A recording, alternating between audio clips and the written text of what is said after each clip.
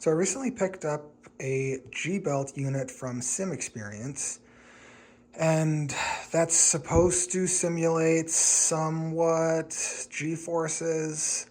Really, it's pulling on the seat belts. So I wanted to show you my rig and show you how I mounted it. I wasn't entirely sure how I was going to do it when I purchased it, and if you're wondering about how it might mount to your rig, especially if you have either a SimLab rig or any other extruded aluminum rig, I'd like to show you how I did it. So we're looking at my rig here. Let's move to the back where I have the G-Belt unit mounted. You can see it here. Here's the whole unit itself. And then here is the controller. Now,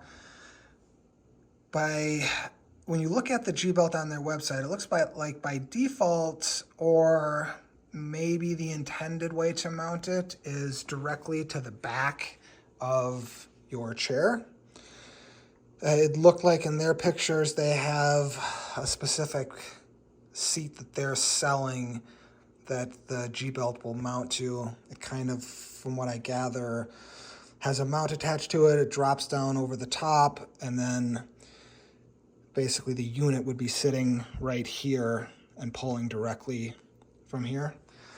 I didn't feel comfortable trying to mount that to this seat. This is, full carbon fiber seat. I didn't want to have to do any drilling or any sort of modification to it. So the other option that they had was to mount it down by where your seat attaches to your rig. Kind of where the seat slider would be. I bought that attachment. I didn't end up using it, but what it would have been is basically from back there would have been a piece of metal coming out on each side, and then the G-Belt unit would attach to that. It's kind of a pain in the butt to remove the seat from here. So rather than do that, I grabbed some pieces of extruded aluminum I had laying around and just kind of made up my own mount. Here is where my rig used to end, this piece here. And then I added two pieces, this one here, and then one on each side coming out like this. And I'll show you a bit more under here.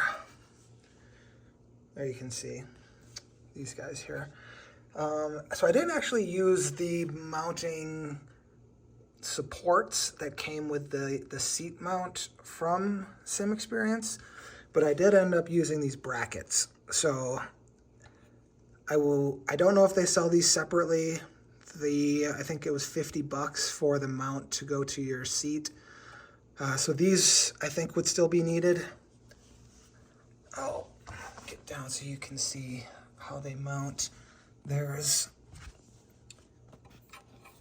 some wiggle room here, which is nice. So these are bolted in solid, no wiggle, and you don't need to worry about having them exactly right because you can slide it along here. So if they would sell these brackets separately, that would be all you would need. You wouldn't need to buy the hardware to mount to your seat. As far as I know, they don't though, so you might end up dropping $50 just to get these mounts. You could, they're just bolted in right here. So if you measured it perfectly, you could mount it directly to a piece of extruded aluminum here as well. But, you'd have to do a lot of measuring and it'd probably be a little difficult to get an exact fit. These brackets work nice. The other piece of it is this controller unit. This is just keeping these cords. As you can see, there's four cords here.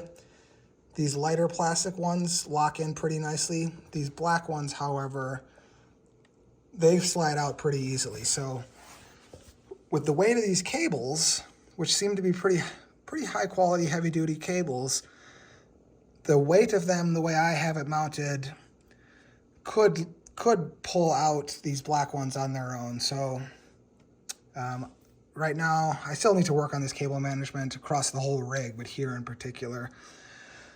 But this is just keeping these close to the unit. It's connected via one USB cable. I'll let you see that. One USB and your power cable. And this is how you turn it on and off with this switch here. People complained, I saw in the forums, about the noise of the unit.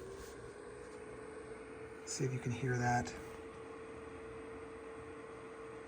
It's not that bad, at least in my opinion. I use a pair of headphones when I game, noise canceling earbuds, so it doesn't bother me in the slightest, but if this amount of noise would bother you, it'd be something to consider. I have it mounted again. One screw is holding this thing on. It's completely solid though. This is very light. It might look large, but it's very light. So it doesn't require a lot to keep it in place. And I just had spare extruded aluminum sitting around that I mounted it to. You could also just put it on the floor, but I chose to mount it. So that's the G-Belt mount, and I'll do a follow-up video showing this thing in action.